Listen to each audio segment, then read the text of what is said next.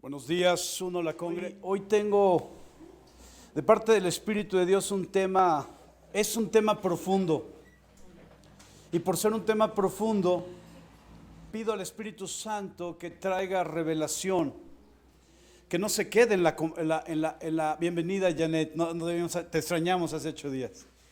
Que no haya en nosotros algo que quede en el alma, que quede en la memoria, que quede en el razonamiento, que quede en el, ya entendí, sino que baje a nuestro corazón y que por su profundidad se vuelva una parte de nosotros en el quehacer de todos los días. Debo confesar que en las últimas 2 o 3 semanas he tenido un sentido de cansancio, no físico, sino más bien en esa inquietud de decir, Espíritu Santo, ¿quieres que continuemos en esta situación donde no sabemos dónde? ¿Sí me explicó? Y al final tú nos das el mensaje y entonces yo publico en el chat para la reunión general. Hace 2 o 3 semanas empecé con esta inquietud y al mismo tiempo que empecé con esta inquietud vino una palabra que recibí yo, asistimos a un evento hace meses del apóstol Pablo Shin. Le ponen pastor, pero en realidad su actividad es pastoral, apostólica, disculpen. Y ahí dio un principio súper interesante, extraordinariamente interesante. Hoy lo voy a compartir, pero hoy voy a ir profundo en eso. Pablo habló como enseñanza, él es un maestro de la palabra, pero también es poderoso en las escrituras. Y yo no soy maestro de la palabra, pero siempre he orado y le he pedido al Espíritu de Dios que sea poderoso en las escrituras. ¿Y qué diferencia tiene una cosa de la otra? Un teólogo ateo, ¿sí saben que hay teólogos ateos? Un teólogo ateo es un maestro de la palabra. Estudia de Génesis a Apocalipsis, aprende textos, conoce versículos, estudia las versiones, revisa la historia, pero no puede alcanzar a escudriñar las escrituras porque escudriñar requiere del Espíritu de Dios. Se quedan en la letra y se quedan en el texto, se quedan en la enseñanza. Entonces un teólogo es un maestro de la palabra, pero una persona poderosa en las escrituras hace que la escritura, que la palabra se vuelva revelación en el espíritu y en el alma de quienes escuchan. Y eso hace una gran diferencia. Eso produce fruto, eso hace que alguien que está reteniendo el conocimiento, convierte ese conocimiento en vida, en su propia vida, que lo ejecute, que lo haga vivir en su día a día. Y esa diferencia es la que le pido al Espíritu de Dios que hoy se manifieste en cada uno de ustedes, sin importar la edad y sin importar el crecimiento en Cristo que tengan. Esto es algo extraordinario que el Señor mostró. Hace meses bajó ese texto de Pablo, del apóstol Pablo, y el apóstol Pablo Shin, y cuando en esa enseñanza yo tomé mis notas, Alma estaba sentada ahí a un lado de nosotros y vio mis notas y dijo, ¿qué onda? Porque yo empecé a bajar. Les digo que yo cuando oigo una predicación, yo empiezo, por eso no me gusta escuchar predicaciones. Y luego, pero entonces empiezo a bajar, y en los apuntes, así en círculo, esto que hoy les voy a compartir y que tiene una profundidad extraordinaria. Por favor, acompáñame a Génesis capítulo 14. Génesis capítulo 14, versículo 17.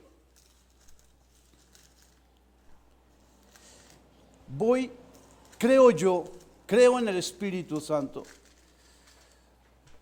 que voy a revolucionar en los hombres, también en las mujeres, pero primeramente en los hombres, la conciencia de la habilitación que Dios nos dio para el sacerdocio. No solo en casa, en la iglesia. El sacerdocio en la iglesia. Y quiero hacer público también esto para honra del Señor y también para honrar a la familia de Jesús, que las veces que hemos estado en la reunión en este salón, ha habido palabra revelada. Es algo muy importante no perder de vista, porque nos reunimos en diferentes lados y hay diferente palabra: exhortación, corrección, de enseñanza, ministración, es decir, la llenura del Espíritu, la manifestación, etcétera. Pero en este lugar, al menos las últimas 3 veces ha habido palabra revelada, y hay que poner atención a eso. ¿Qué es lo que Dios? Porque el cielo está abierto. ¿Qué es lo que Dios está haciendo? ¿De acuerdo? Muy bien. ¿Dónde estamos? ¿Qué les dije? Ay, les hago esto. Esta Biblia es la que le voy a regalar al gobernador Mauricio Curi. Y la tengo ahí en mi escritorio, enfrente de mí, orando para que Dios dé instrucción de cuándo ir, porque Él va a poner el día, el lugar y la hora. Gobernador, usted solo me tiene que dar 3 minutos de su tiempo. Solo 3 minutos. Es un mensaje que el Espíritu de Dios me dio para usted, específicamente para Mauricio Curi, el gobernador de Querétaro. Y he estado yendo a su oficina, he estado yendo a sus jornadas junto con mi hijo, y no ha estado usted ahí.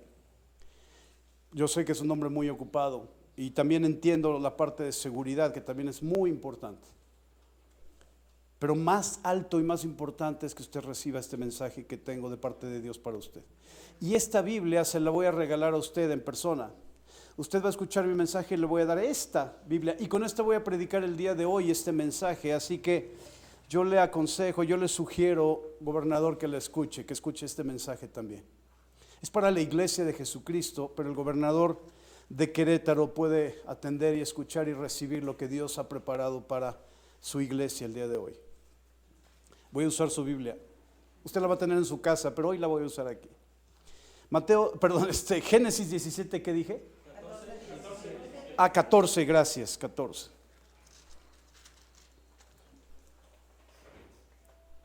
Cuando volvía de la derrota de Kedorlaomer, a su mecha, por eso perdieron, porque el nombrecito no les ayudaba. Cuando decían, es que el rey Kedorlaomer, ya les habían caído encima. Cuando volvía de la derrota de Kedorlaomer y de los reyes que con él estaban, salió el rey de Sodoma a recibir a Abraham al valle de Sabe, que es el valle del rey. Entonces Melquisedec, rey de Salem y sacerdote del Dios Altísimo, sacó pan y vino. Voy a dar un precedente muy breve. Este evento es posterior al momento en el que Abraham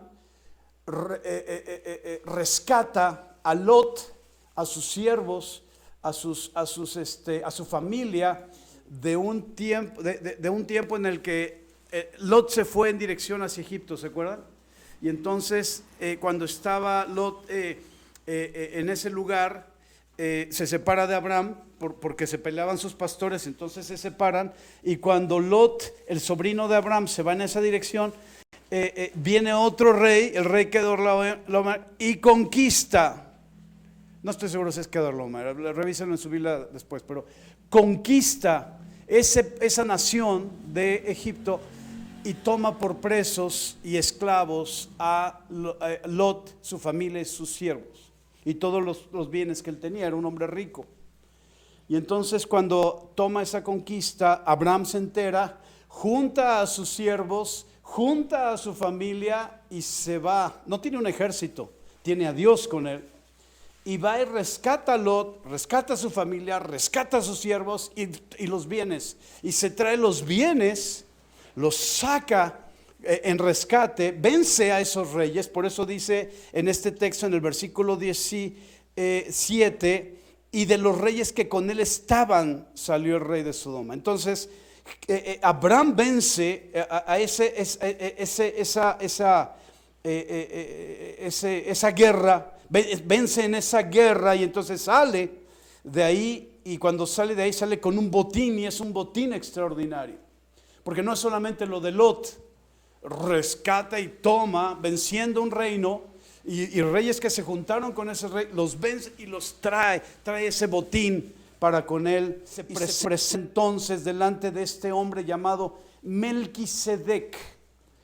Hoy vamos a hablar de él, y vamos a hablar de lo que implica, lo que representa en el sacerdocio. Hay una característica interesante que les pido, por favor, si me pueden poner ahí el versículo 18.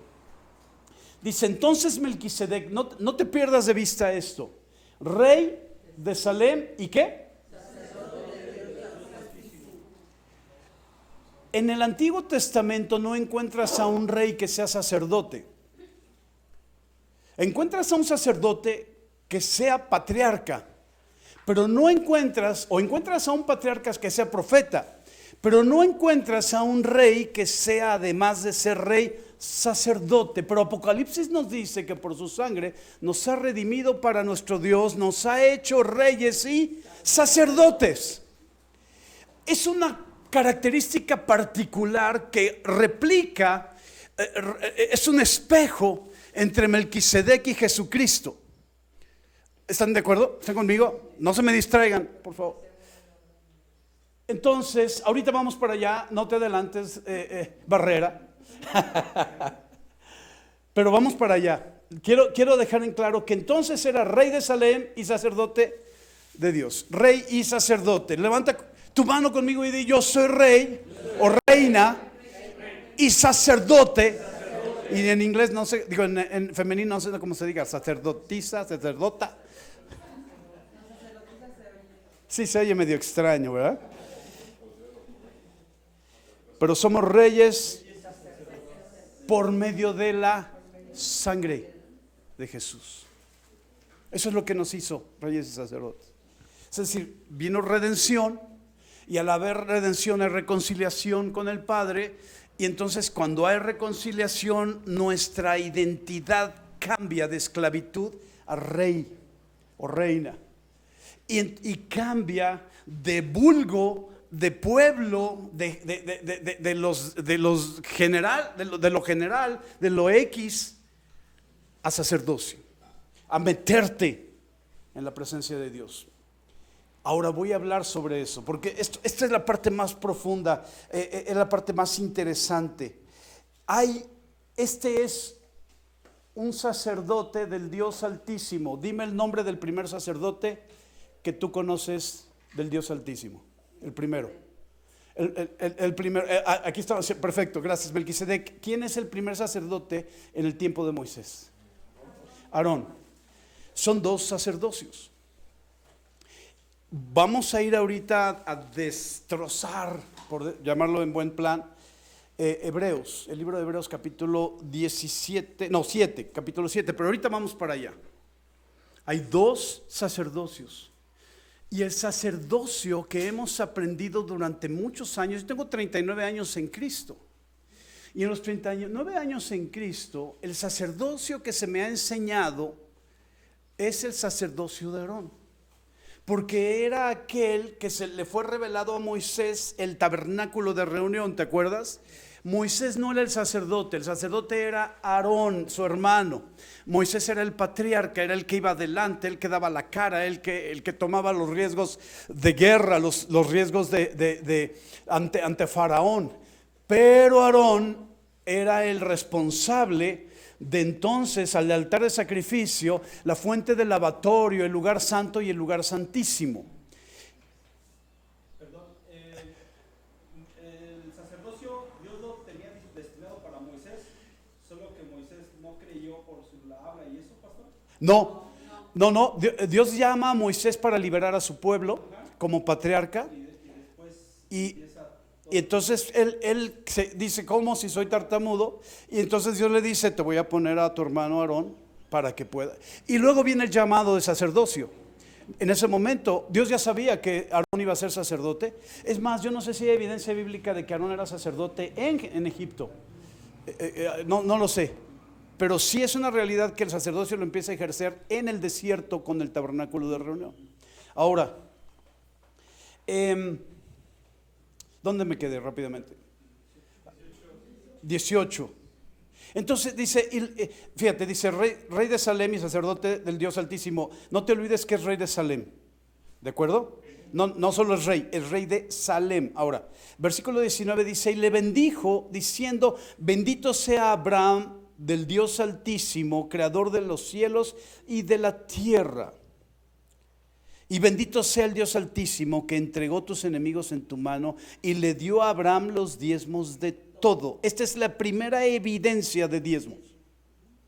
Por eso siempre digo que los diezmos nacen de un acto de gratitud, producto de la bendición.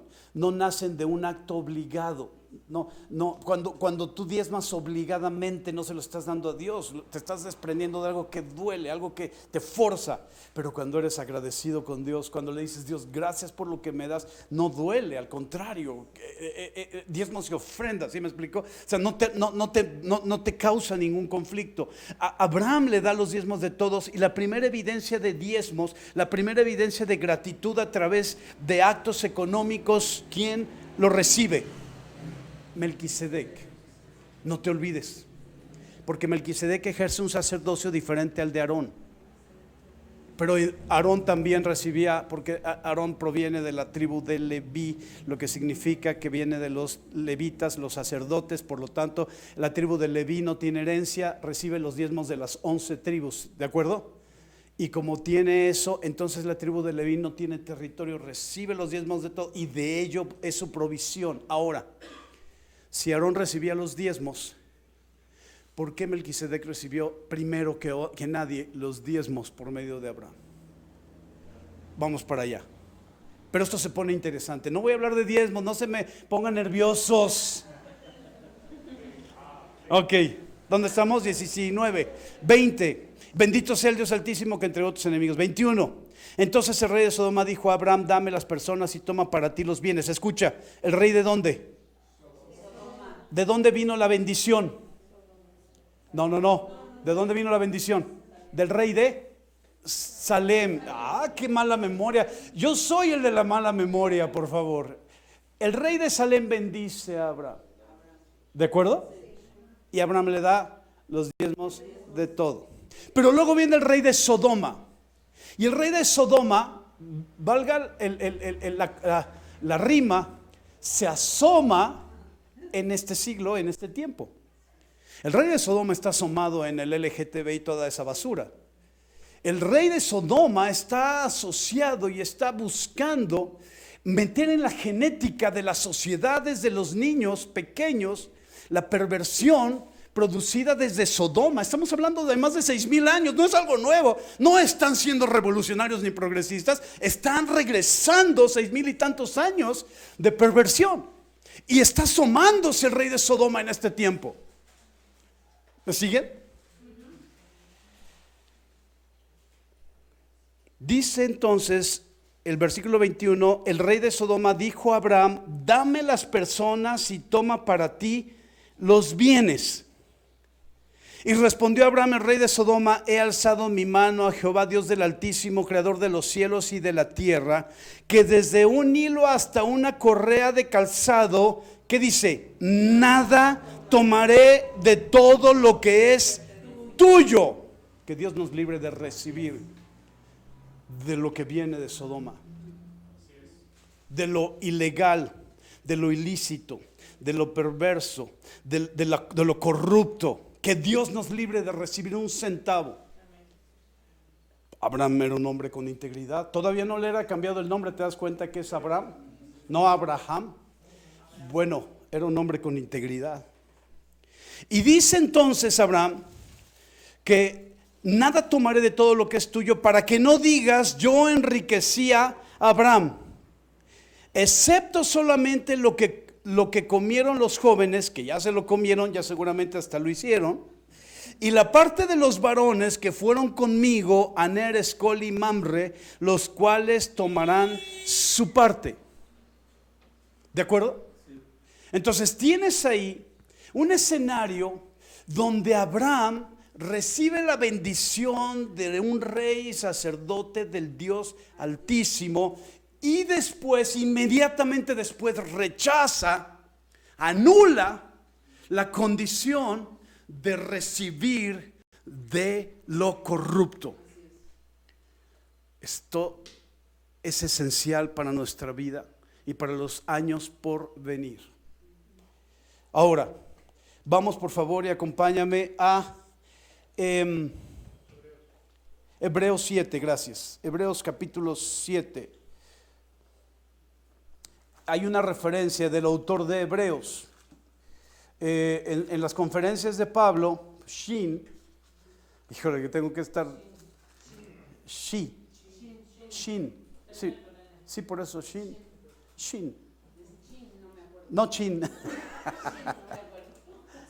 En las conferencias de Pablo Shin, él hace un análisis histórico y grafológico y dice Hebreos, yo creo, dice Pablo, yo creo que Hebreos lo escribió Pablo, porque hay una discrepancia, o más bien no se han puesto de acuerdo los literarios respecto a quién escribió Hebreos. Si tú lees el título del libro de Hebreos, no dice quién es el autor. Pero Pablo Shin piensa que fue Pablo por la profundidad y por el tipo de escritura. Ahora entendemos que Pablo, desde su edad, entrando a la edad avanzada, a la tercera edad, él ya usaba escritores. O sea, él ya no escribía por su mano, sino que porque yo tenía un problema de vista y no habían lentes como los míos para que Pablo pudiera ver como yo veo. Pero él usaba y pedía, y además 3 veces en la cárcel, pues por supuesto que fue lastimado, fue quién sabe a qué nivel, ¿verdad? Sí, en la película, ¿no? Pasan eso. Les recomiendo la película de Lucas, ¿no? Pablo, gracias. Lucas está con él. Pero él usaba escritores. Entonces, si me dicta Pablo y a la hora de que me dice, oye, o da palabra revelada, como ahorita estás escuchando, vas a estar escuchando en esta conferencia alguna palabra revelada y no había cómo grabar, entonces tú decías, ¿dijo cómo? ¿Cómo lo dijo? Lo dijo así, y entonces lo escribí. Porque ponía su estilo de escritura. Entonces no estoy diciendo que no sea palabra revelada, solo estoy diciendo que Pablo en su tiempo ya de tercera edad ya no escribía él. Ahora, regresando a Hebreos capítulo 7, el versículo 1 dice, porque este Melquisedec, ya sabes de quién estamos hablando, rey de Salem, sacerdote del Dios Altísimo, que salió a recibir a Abraham, que volvía de la derrota de los reyes y le bendijo. Y quien asimismo dio a Abraham los diezmos de todo, cuyo nombre significa primeramente rey de justicia, muy importante. El rey Melquisedec, rey de Salem, significa rey de justicia y también rey de Salem, esto es rey de paz, justicia y paz. ¿De quién está hablando? De Jesús. Sí, aquí habla de Melquisedec, pero la referencia entonces, ¿con quién se encuentra Abraham?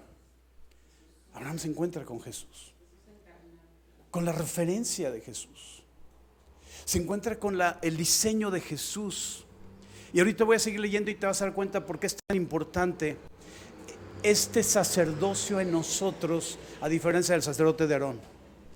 Les decía yo hace un momento, 39 años en Cristo, y nos habían enseñado siempre el sacerdocio de Aarón para poderlo seguir por todo lo que implica entrar al lugar santísimo. Sin embargo, el sacerdocio de Melquisedec es el que se ejercita, el que se ejerce en Cristo. Ahorita vamos para allá. No me vean así con cara de ¿qué? Estás haciendo una nueva secta. ¿Dónde estamos? Versículo 3. Sí, significa rey, ¿no? Rey de justicia y también rey de paz. Y el versículo 3 dice, sin padre, sin madre, sin genealogía. ¿De quién está hablando? Que ni tiene principio de días, ni fin de vida, sino hecho semejante al Hijo de Dios, permanece sacerdote para siempre. Esta es una palabra revelada del Espíritu Santo. Lo que dice este versículo es, porque Jesús tiene al Padre Celestial, Pero la referencia es que cuando se presenta Abraham con Melquisedec, no se sabe de dónde viene Melquisedec. No hay referencia histórica ni referencia bíblica que diga que Melquisedec procede hijo. ¿Te acuerdas que las genealogías dicen? Y entonces, además no solo era sacerdote, también era rey.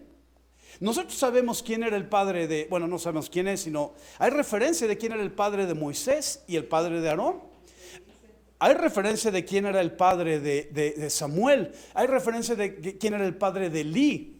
O sea, sí hay referencia, porque los judíos tenían mucho cuidado en saber cuál era la genealogía para saber la tribu que estaban respetando, y de ahí entonces asegurar que la herencia no fuera partida o no se debilitara por ser movida a otras tribus cuando se casaban con alguien más. Pero era muy importante, quiero dejar esto como una parte fundamental. Melquisedec no tiene padre ni madre.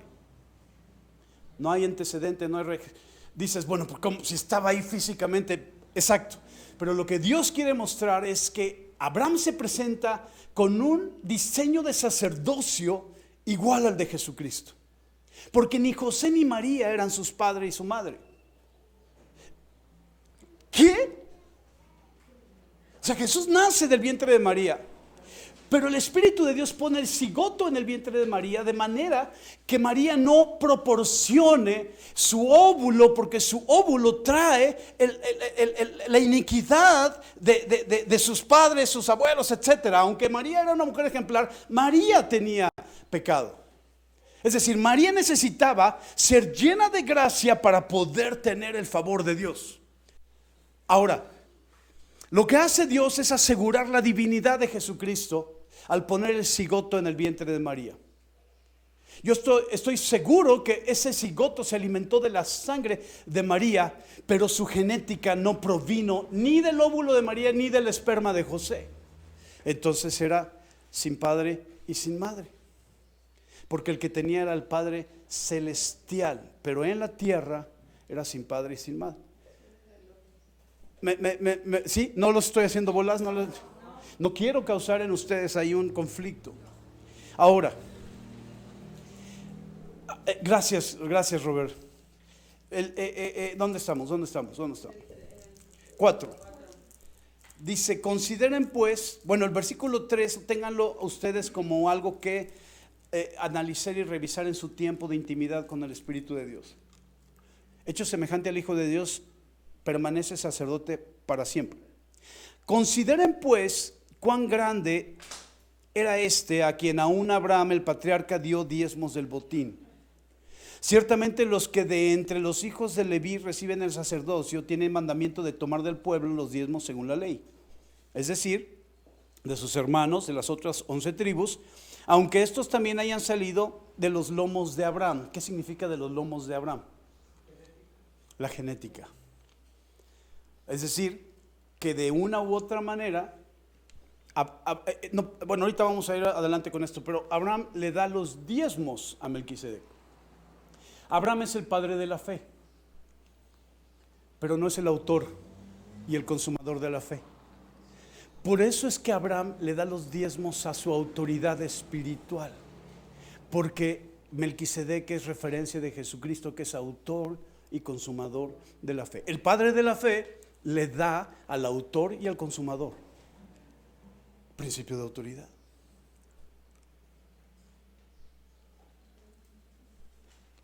Cinco, ¿sí, verdad? ¿El 6?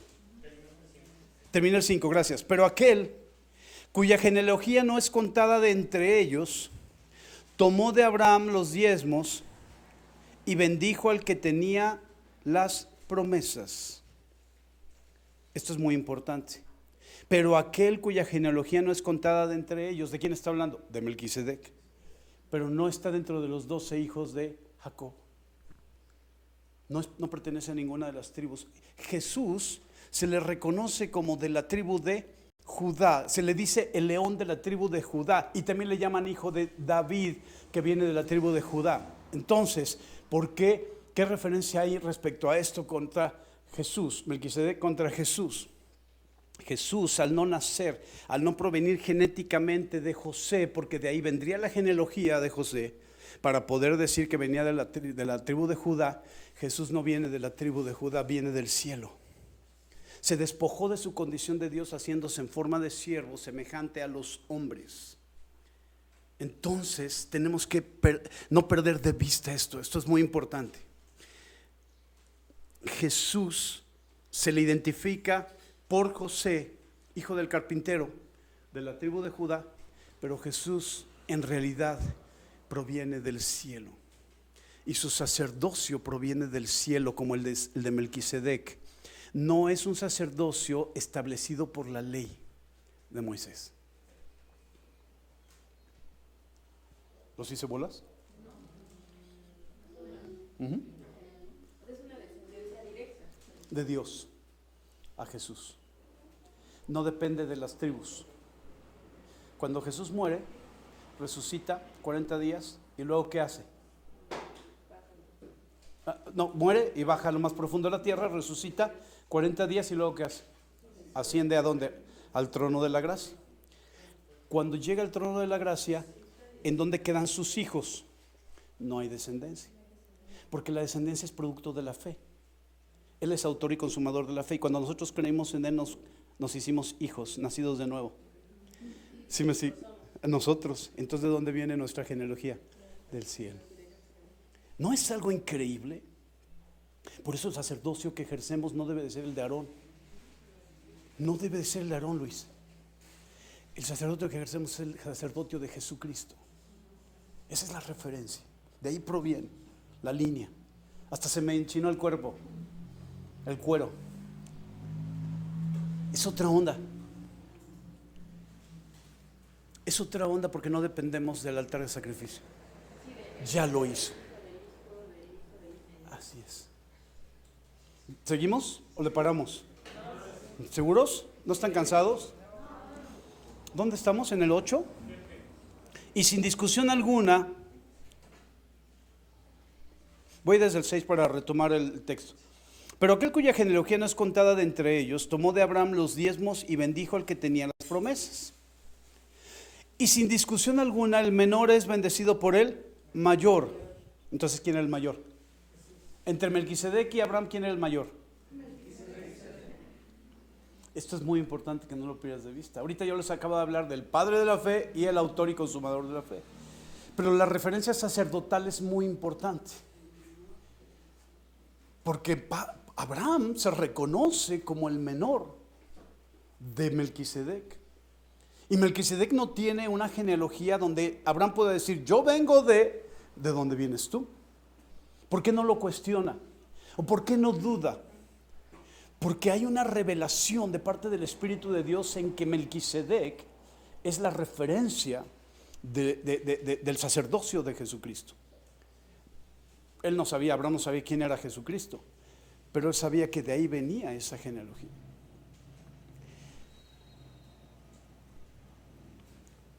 Si Melquisedec era sacerdote y rey, las dos cosas, las dos funciones, las dos responsabilidades, significa que Melquisedec entendía de reino. Los sacerdotes no entendían de reino. Los sacerdotes entendían de sacerdocio. Y los reyes no entendían de sacerdocio, entendían de reino. Tienes a David con un corazón conforme al de Dios, que no entiende del sacerdocio. Ejecuta el reino porque es puesto como rey. ¿Esto se va a grabar? Sí, entonces voy a esperar porque nos va a estorbar ¿Mande? No podemos cerrarle porque si no vamos a ¿le bajamos? Lo empujamos. Sí. Ahí le llamó a Abraham, pero no era Abraham con Melquisedec. Así es, ¿sí? ¿Sí? Nada más que por una venta que hubo antes de que se ordenaran todos, ya no tenía de queso y de lote. Entonces voy repartiendo conforme fueron ordenando y tengo cafecito a 10 pesos y ya.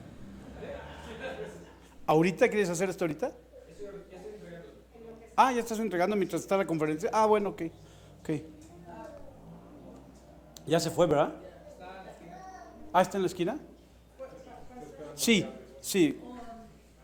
Lo que yo estoy viendo aquí, todo eso lo que pasó con Melquisedec y lo que está ya en Hebreos 7, Sí, lo que yo estoy viendo es que realmente el Nuevo Testamento es sombra y figura de lo del Antiguo Testamento. del Antiguo Pacto, así es. O sea, porque Jesús es el Rey de Reyes, Señor de Señores, y Melquisedec era el Rey, rey, ajá, era el sacerdote. era rey y era sacerdote, y Jesús Jesús es sacerdote para siempre, es sumo sacerdote. y es nuestro Rey de Reyes. Así es, así es. Lo que yo estoy viendo es que es sombra y figura de lo que fue Jesús. Correcto. Representa, es exactamente lo mismo lo que yo estoy viendo, lo que vivió Abraham. Muy bien. Estamos viendo en Hebreo. Usas un término muy importante, representa, porque es figura y sombra del Antiguo Pacto. El Nuevo Testamento, el Antiguo Pacto es figura y sombra del Nuevo Pacto. Entonces, lo que antes era físico, lo que antes era evidente en los sentidos naturales, se vuelve real en lo espiritual en el Nuevo Pacto. Ahora, usando este término representa, ¿a quién representa Abraham? Si Melquisedec representa a Jesús, el Hijo de Dios, el Rey de Reyes, ¿a quién representa a Abraham? En ese acto de botín, diezmos y presentación, bendición a nosotros, a la iglesia, no a los judíos, porque Abraham crea una nación producto de la fe, no producto de la ley.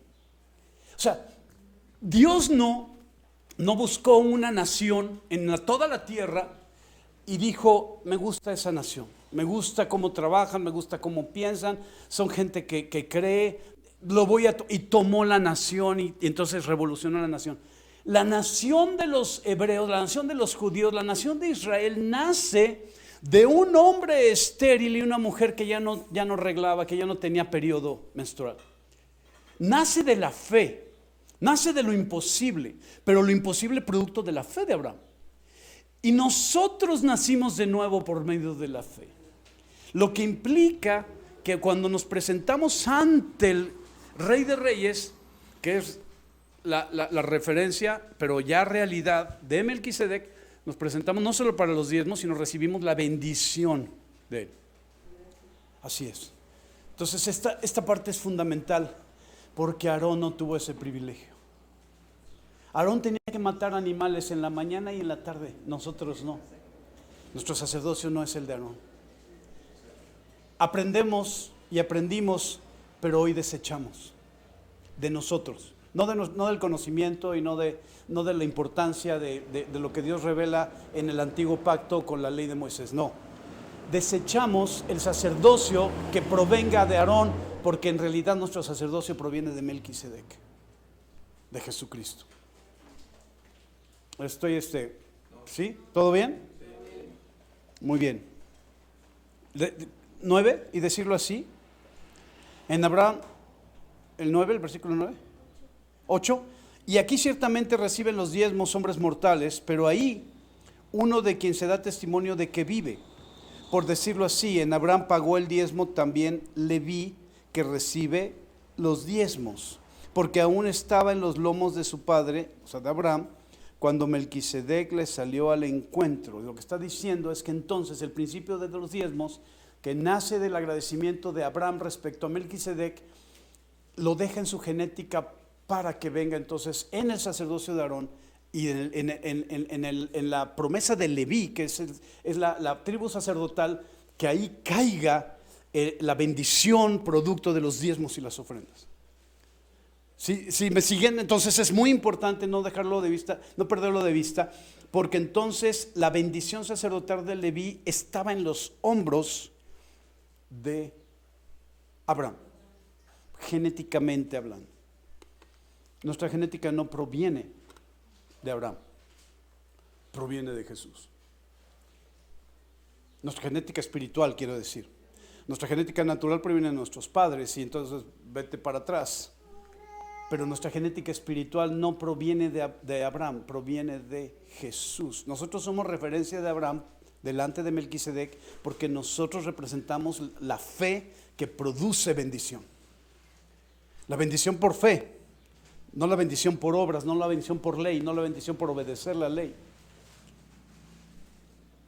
Voy a usar esta expresión y no se me enojen ni se me asusten, pero la tengo que usar para la grabación. La iglesia de Jesucristo, la redimida por la sangre de Jesús, reconciliada con el Padre, la iglesia está infestada hasta la putrefacción de la religiosidad.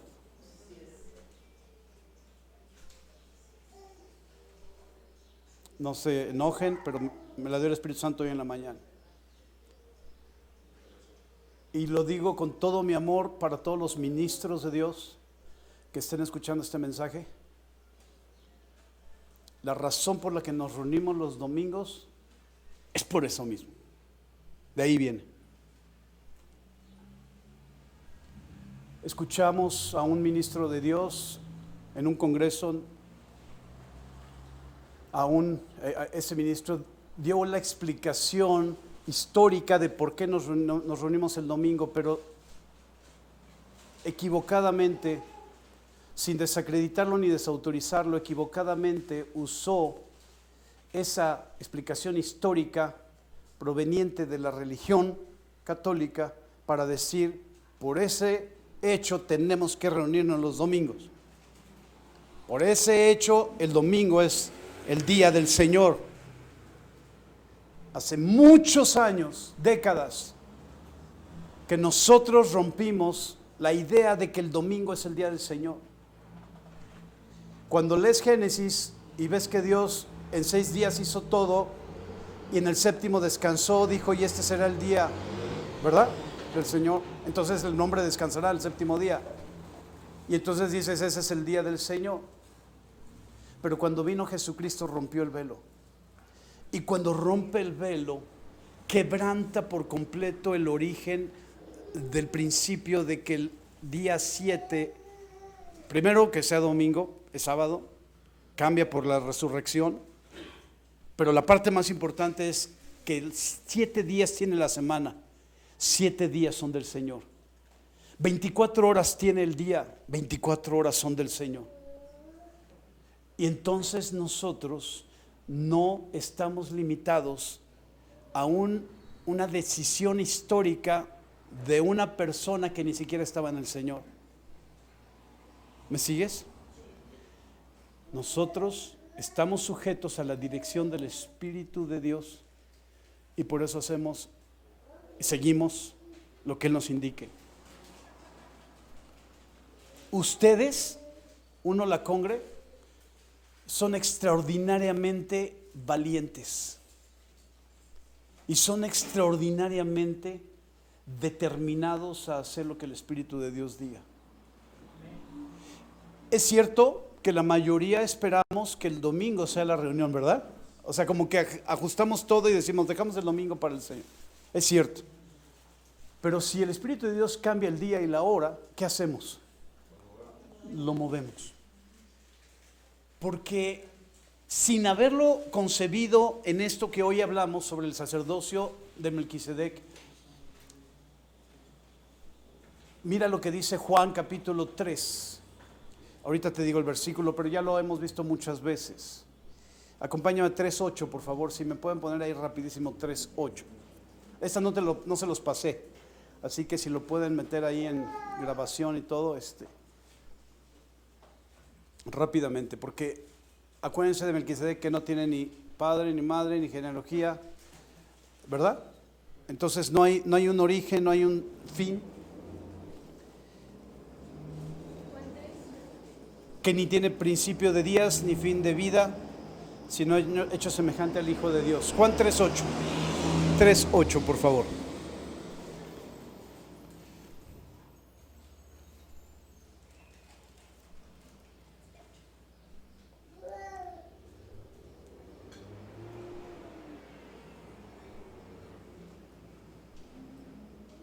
Mira lo que dice, el viento sopla de donde quiere y oyes su sonido, mas ni sabes de dónde viene ni a dónde va.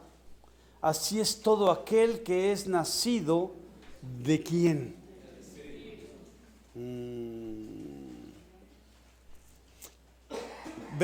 ¿Te das cuenta de la similitud? ¿Sabes qué nos preguntan nuestros amigos pastores cuando nos vemos? ¿Y ahora dónde se reunieron? ¿Y ahora cuándo se reunieron? O sea, como que para ellos es así como que...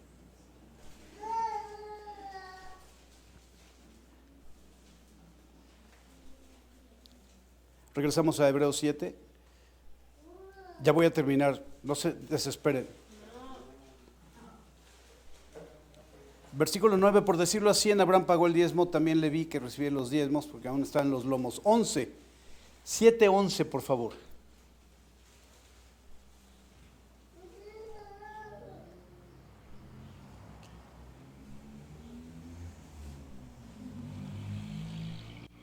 Si pues la perfección fuera por el sacerdocio levítico, porque bajo él recibió el pueblo la ley, ¿qué necesidad habría aún de que se levantase otro sacerdote según el orden de Melquisedec y que no fuese llamado según el orden de Aarón? Aquí hace la confrontación abierta el autor. Aquí el Espíritu de Dios lo que dice es: ¿a cuál perteneces, nacido de nuevo, nacida de nuevo? ¿A cuál sacerdocio perteneces? ¿Cuál tienes que ejercitar? ¿El de Aarón o el de Melquisedec? Ahora, voy a tomar rápidamente del versículo 9 al versículo 9 y versículo 10, pero de la Nueva Traducción Viviente, porque da una luz, hay una explicación, hay una forma de decirlo diferente que es más claro. ¿Me acompañan? ¿Sí? No lo tengo aquí, pero lo voy a leer ahí junto con ustedes. Del 9 al 11, Hebreos 7 del 9 al 11, pero Nueva Traducción Viviente. Gracias. 9 y 10, perdón, 9 y 10 nada más.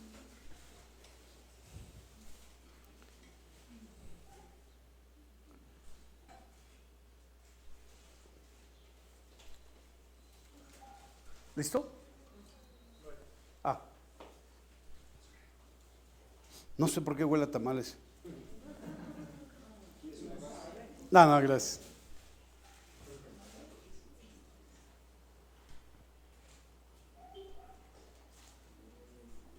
Ajá.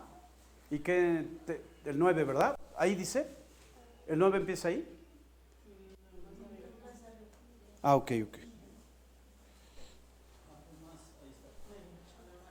¿Listos? Un poco más. Ah, además, es cierto. Gracias.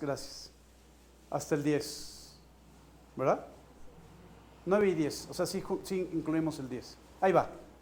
Dice, además, podríamos decir que esos levitas, los que reciben el diezmo, pagaron un diezmo a Melquisedec cuando lo pagó su antepasado Abraham. A pesar de que Leví aún no había nacido, la simiente de la cual provino ya existía en el cuerpo de Abraham cuando Melquisedec recibió su diezmo. Esto es bien interesante. Acuérdate que es Abraham. Abraham tiene a Isaac, que es hijo de promesa, y luego viene Jacob con sus 12 hijos, que son las 12 tribus de Israel. La simiente estaba ¿en dónde? De Abraham. ¿En qué parte de Abraham? ¿En dónde? No. ¿La simiente de dónde está? ¿Dónde está? ¿No? ¿Les da miedo decirlo? En sus testículos. O sea, la simiente de lo que Leví iba a hacer en ese momento estaba en los testículos.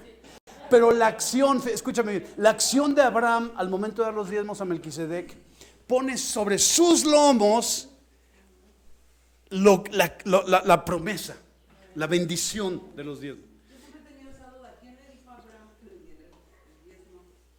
El Espíritu Santo. El Espíritu Santo. ¿Qué es lo que pasa cuando llega alguien nuevo a la congregación y de repente dice, ¿por qué están poniendo sobres? Y le platican, porque nosotros somos una congregación, no sé si lo sepan los que tienen menos tiempo con nosotros. En otras congregaciones cristianas dan un tiempo para mensaje de diezmos y ofrendas. Así ha sido muchos años por generaciones. Nosotros hace muchos años que lo dejamos de hacer. ¿Por qué? Porque o es o no es. Porque está o no está en nosotros. Y si no está, métete con el Señor. Si está, hay que hacerlo. O sea, lo haces por agradecimiento, lo haces por amor a su nombre. Pero Abraham no conoció los principios de Adán y De, o sea, ¿te refieres a que conoció de que estuvo ahí? no, de que vino el principio Con la ofrenda de Abel. Puede ser que estuvo aprendiendo por educación, sí, por línea, ¿no? ¿Ok? Era ofrenda, es cierto, ahí fue por primera vez diezmo, ¿no? Así es.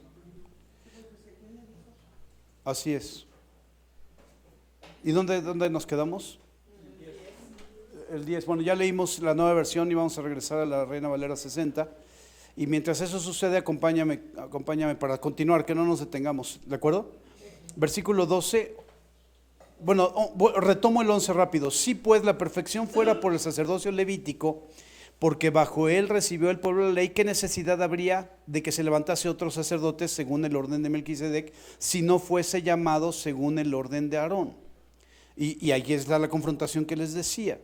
Porque cambiado el sacerdocio, necesario es que haya también cambio de ley. Esto es impresionante. Cambiado el sacerdocio, necesario es que haya también cambio de ley.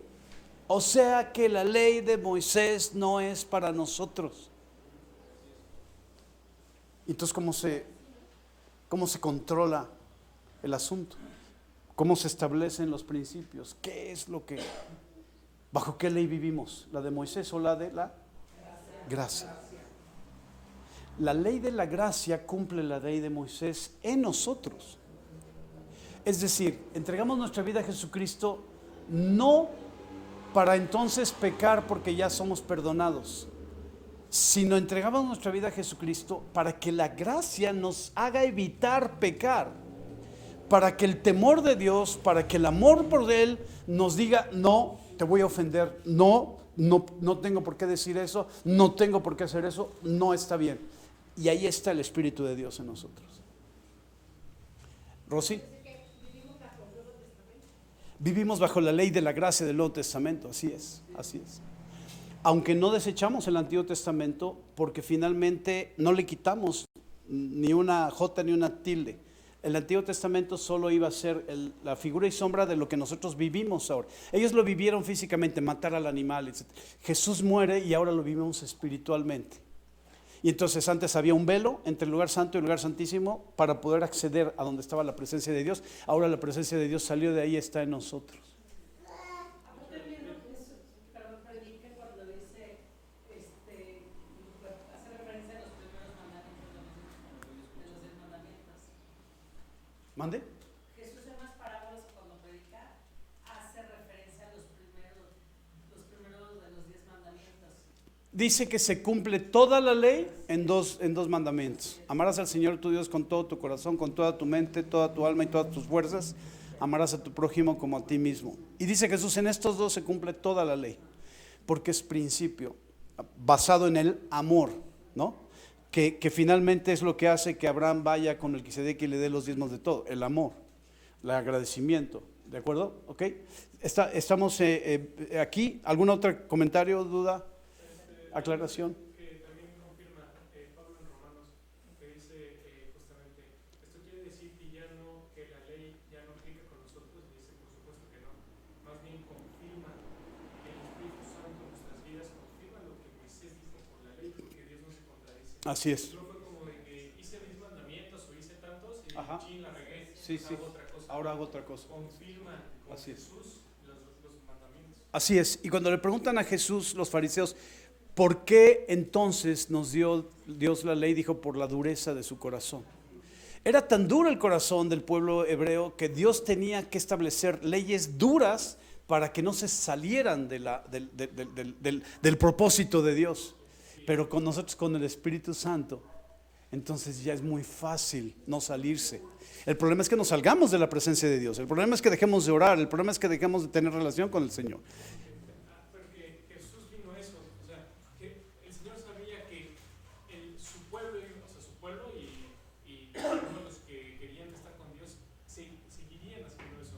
Por eso Dios dijo, ya o sea, con mi hijo ya no tiene que haber una ley donde castigue, sino donde ahora se regresen conmigo, ¿no? O sea, que para el hijo sea diferente. De acuerdo. Muy bien. Bien, me estoy acordando que el viernes y sábado hay un congreso que nos invitaron y lo voy a subir al chat uno para quien quiera asistir. Te tienes que inscribir en el chat y creo que tenemos que pagar 250. Entonces, para quien quiera, que tenga tiempo, que quiera, quiero estar ahí, va a estar, en donde fue el congreso de varones, ahí va a ser este congreso, va a estar Aaron Cole y Benjamín Rivera, que son de la generación de Fer. O sea, son de esa edad, de ese tiempo, del tiempo del mover del Espíritu. Benjamín se movió muchos años en el mover del Espíritu, pero luego le bajó, no sé por qué razón. Y Aaron Colbert está muy metido en el mover del Espíritu, o sea, muy, muy metido. Entonces, si tienen chance de asistir, se los voy a recomendar. Y a mí me invitaron el martes, porque ellos siguen su congreso. Termina el congreso el domingo, pero el lunes hay clases con su instituto. Y Aaron Cole va a estar el lunes y yo voy a estar el martes dando 2 clases ahí. Ahí no pueden ir ustedes, pero es viernes y sábado sí. Lo que pasa es que el otro es instituto, ahí están los estudiantes de ellos. Bueno, regreso entonces al 12 o el 13. Y dice, sí, el 12 dice, porque cambiando el sacerdocio necesario es que haya también cambio de ley. Y aquel de quien se dice esto es de otra tribu de la cual nadie sirvió al altar.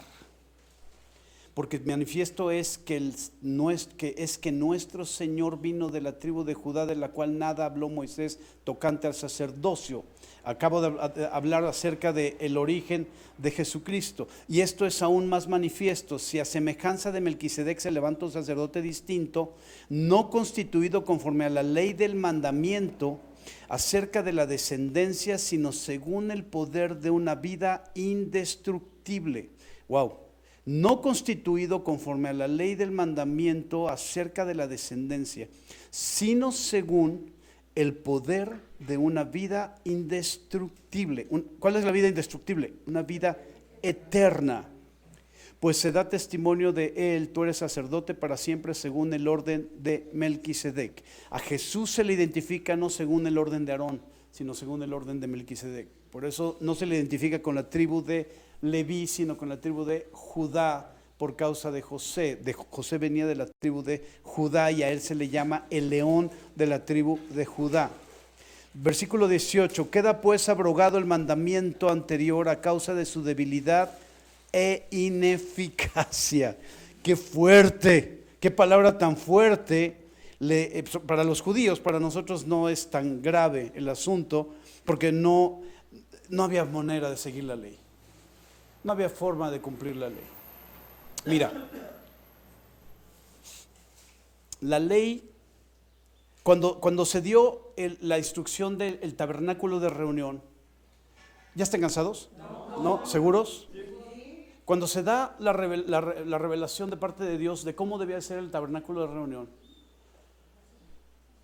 pone el lugar santísimo para que una vez al año el sumo sacerdote pueda pasar una vez al año durante un día, y él tenía que mantener 365 días su vida en integridad, no en perfección, imposible, solo Jesucristo logró eso, pero en integridad, de manera que cuando se presentaba todos los días en el altar de sacrificio, en la mañana y en la tarde, presentara un animal, sacrificara un animal por sus pecados y luego otro animal por los pecados del pueblo. Todos los días. Pero el día que le tocaba pasar, acuérdense que le amarraban en el pie una cuerda con cascabeles. Y entonces entraba el sumo sacerdote del lugar santo, atravesaba el velo, que el velo no es como el de las novias, era una cosa gruesa de tela de animal, de camello, y entonces al cruzar entraba, ¿qué había en el lugar santísimo? La misma presencia de Dios, pero ¿qué había físicamente? El arca del pacto. ¿Qué había dentro del arca del pacto? 3 cosas. La vara de, no, la vara de Aarón, la que floreció, ¿sí? Las tablas de la ley y el maná. Las tres cosas, fíjense bien, las tablas de la ley tenían que estar escondidas, porque lo que Dios quería no es que se enamoraran de la ley, sino del que dio la ley. No quería Dios que idolatraran las tablas, porque si hubiera querido o no le hubiera importado, hubieran puesto las tablas en la entrada del tabernáculo y la gente hubiera adorado las tablas. Le hubieran hecho cosas de oro para poner las tablas y levantarlas como si las tablas fueran Dios. Dios tiene que esconder la ley metida en donde solo un hombre una vez, un día al año podía entrar y llegar a ellas, acceder a ellas. Pero la parte más genial del asunto es que cuando Jesús entrega el Espíritu y dice consumado es, se rasga ese velo que separaba la presencia de Dios de todo lo demás, de todos los demás. Y al rasgarse la presencia de Dios sale y Dios decide sacarla de ese lugar, sacarla de la ley, sacarla de la manifestación del maná, del alimento del desierto, sacarla de la vara de Aarón, que era una vara que floreció milagrosamente, y ponerla en nosotros, para que entonces la ley se cumpliera en nosotros y los milagros se manifestaran en nosotros y la provisión viniera a nosotros por medio de la presencia de Dios. Entonces el arca del pacto ya era inútil, ineficaz. Hoy es ineficaz. El arca del pacto ya no funciona, ya no sirve, ya no opera. El arca del pacto ahora está aquí. La presencia de Dios. El propósito de que Dios haya hecho eso está ahora en nosotros. La pregunta es, ¿cómo hacemos que eso sea eficaz? ¿Cómo hacemos que la presencia de Dios se haga eficaz? Solo para terminar esta enseñanza, la razón por la que amarraban el pie del sumo sacerdote cuando entraba al lugar santísimo es porque si se encontraba pecado en él, entre la presencia de Dios y él había pecado, moría, caía muerto y lo tenían que sacar. Nadie se atrevía a pasar ese velo. Lo sacaban con la cuerda, dejaban de sonar los cascabeles. Estaba todo el día ahí, así que me imagino que de repente se podía quedar dormido. Yo conozco a algunos que se quedan dormidos cuando oran, y entonces se queda, a lo mejor no se queda dormido, pero se quedaba meditando y no movía los pies. Pero de repente los de afuera, los sacerdotes de afuera decían: ¡Hey, sumo sacerdote, todavía estás ahí! Y entonces, está vivo, está vivo. Pero si ya no había señal, había que sacarlo, el cadáver, porque había fallado, no había sido honesto, no había sido sincero.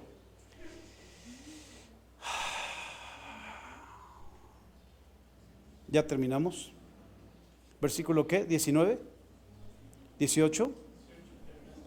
Queda pues abrogado el mandamiento anterior a causa de su debilidad e ineficacia, pues nada perfeccionó la ley y de la introducción de una mejor esperanza por la cual nos acercamos a Dios. Y esto no fue hecho sin juramento, porque los otros ciertamente sin juramento fueron hechos sacerdotes, pero este con el juramento del que le dijo: juró el Señor y no se arrepentirá, tú eres sacerdote para siempre según el orden de Melquisedec. Por tanto, Jesús es hecho fiador de un mejor pacto.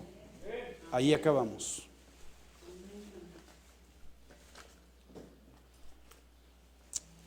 ¿Cómo hacemos eficaz la presencia de Dios en nosotros? ¿Cómo hacemos que eso valga la pena? Es decir, hacemos que el celestial, que decidió a través del sacrificio de su Hijo romper el velo y sacar la presencia de Dios y traerla a nosotros por medio del Espíritu Santo. ¿Cómo hacemos que el Padre diga: este es mi Hijo amado, esta es mi hija amada en quien tengo complacencia? Mi presencia está en ella, mi presencia está en él. ¿Cómo lo hacemos?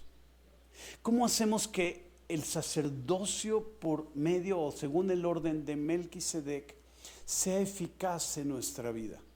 Ya entendimos, ¿verdad? Ya entendimos que no es el sacerdocio de Aarón, No hay que matar un animal, no hay que lavarnos las manos, ni los pies, no hay que pasar, no hay que ponernos aceite, ni sangre, no hay que entrar y prender el candelabro y que se mantenga encendido. Todo eso es simbólico y todo eso es muy importante y es muy bueno aprenderlo porque es parte del principio de Dios respecto al tiempo de oración. Pero, si nuestro sacerdocio se ejecuta por medio del orden de Melquisedec, significa que Jesucristo tiene una expectativa muy alta de nosotros, sacerdotes y reyes. Necesitas el reino de los cielos operando en tu vida para hacer eficaz el sacerdocio. Necesitas aprender a ejercitar y a ejecutar las facultades del reino de los cielos para poder ejercitar el sacerdocio de Melquisedec. Y eso lo tenemos que hacer todos los días, todo el tiempo. Tenemos que vivir en esa libertad, en esa dirección del Espíritu Santo. Tenemos que tener esa intimidad que nos lleve a la dirección.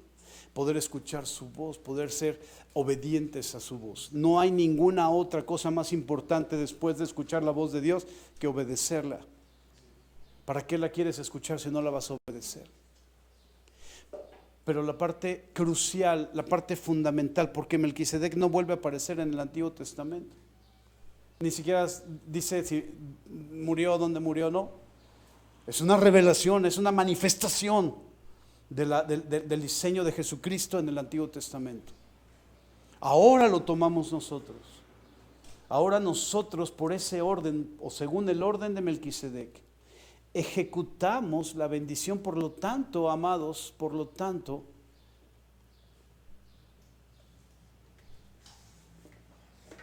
yo pensé que había acabado, permítame. No se me desesperen.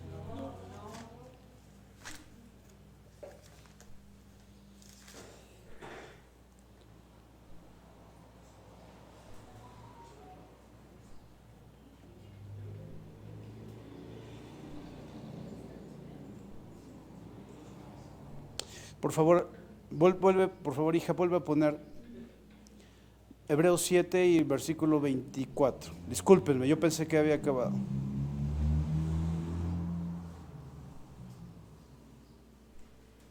Desde el 23, 7:23, por favor. Esto es lo que es. Así es como es. Tú dices, hace calor.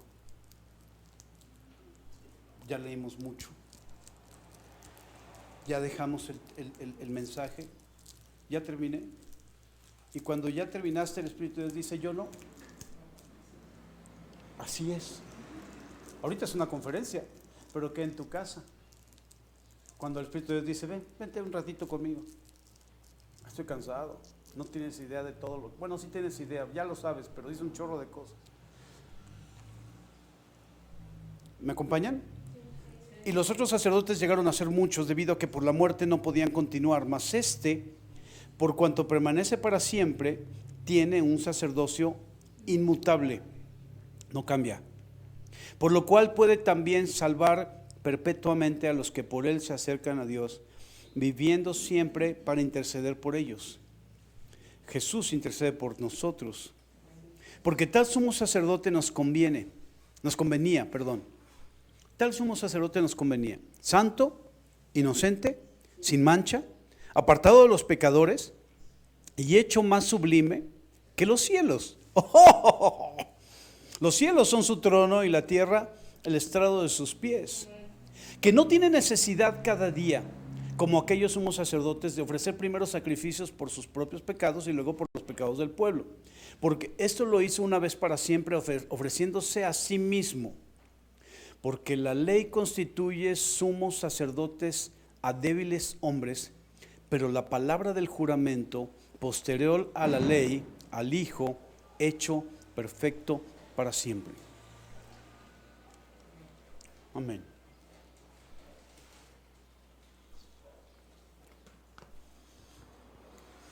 Espíritu Santo, que valga la pena, que haya valido la pena este tiempo, esta reunión, el levantarnos en domingo para salir de nuestras casas y tomarnos tiempo para reunirnos contigo, recibir tu palabra, adorarte, exaltarte, bendecirte, orar contigo, recibir el exhorto de los anfitriones, el poder estar en este tiempo contigo, que valga la pena, que esté valiendo la pena, pero sobre todo baja a nuestro corazón esta revelación. Si hay una nueva ley, ¿cómo seguimos esa ley? ¿Cómo la conocemos? Es la ley de la gracia, es el trono de la gracia, autor y consumador de la fe. Entonces, Espíritu de Dios, tenemos que desechar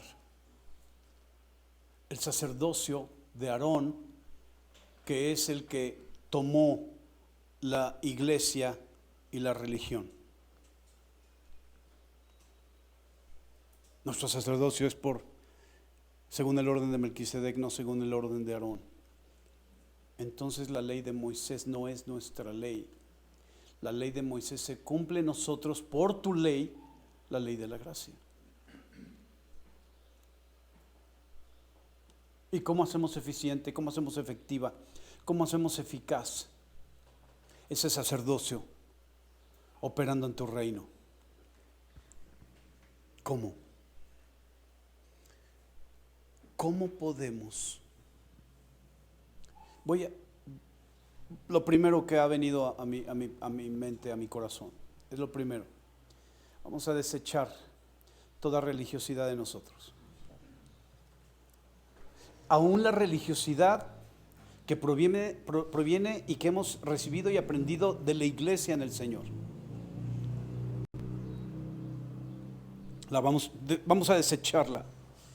Yo desecho de mí, Espíritu de Dios.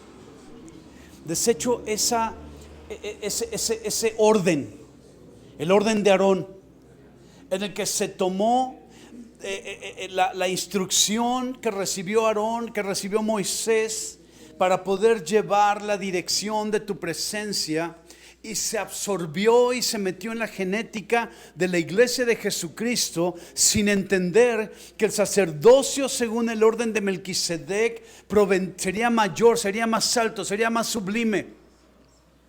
Ahora, no estamos nosotros aceptando que diariamente tengamos que matar a un animal, o que nosotros tengamos que morir en la mañana y en la tarde, de manera que por ese sacrificio entonces encontremos redención. No, tú moriste una sola vez y para siempre.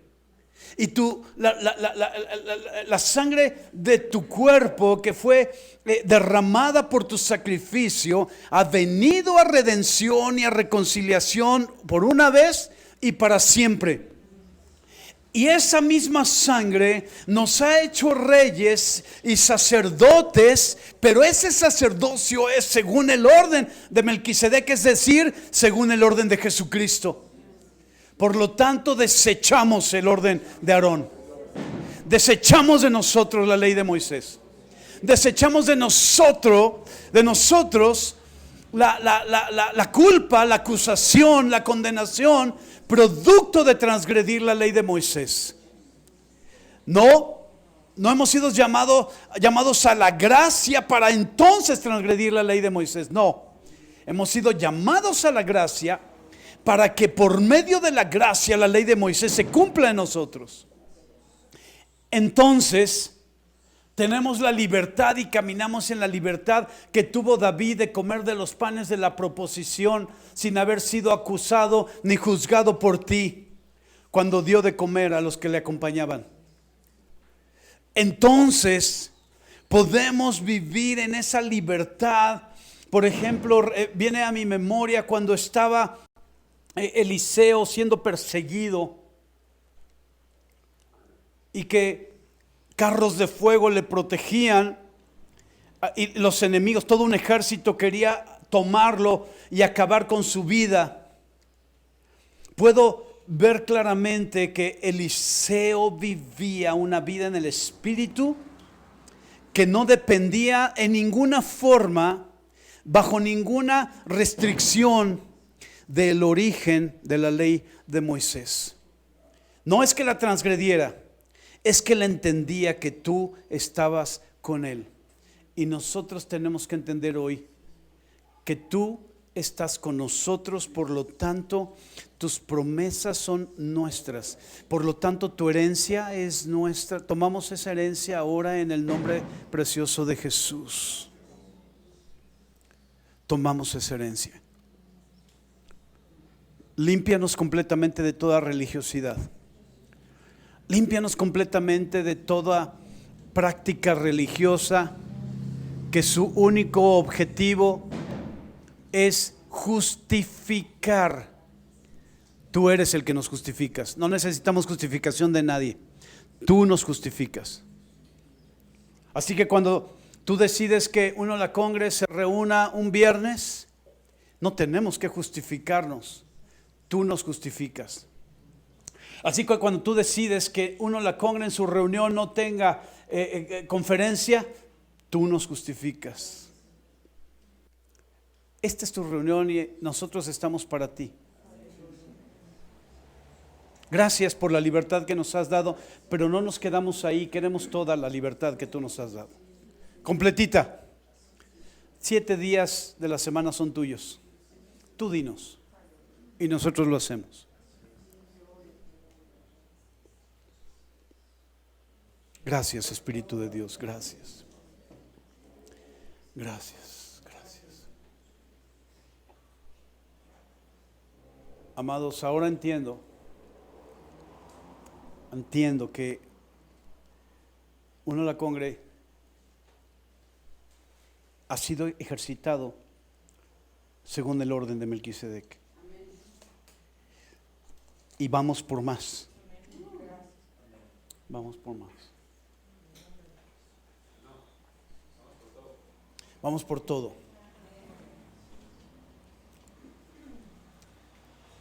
Señor gobernador, la próxima persona que va a tener esto será usted. Es un tesoro que voy a poner en sus manos. Pero hay más tesoros que Dios trajo por medio de Jesucristo y que están acercándose a usted. El reino de los cielos se ha acercado y va a estar en usted el día que usted le entregue su vida a Jesucristo. Les amo y les bendigo.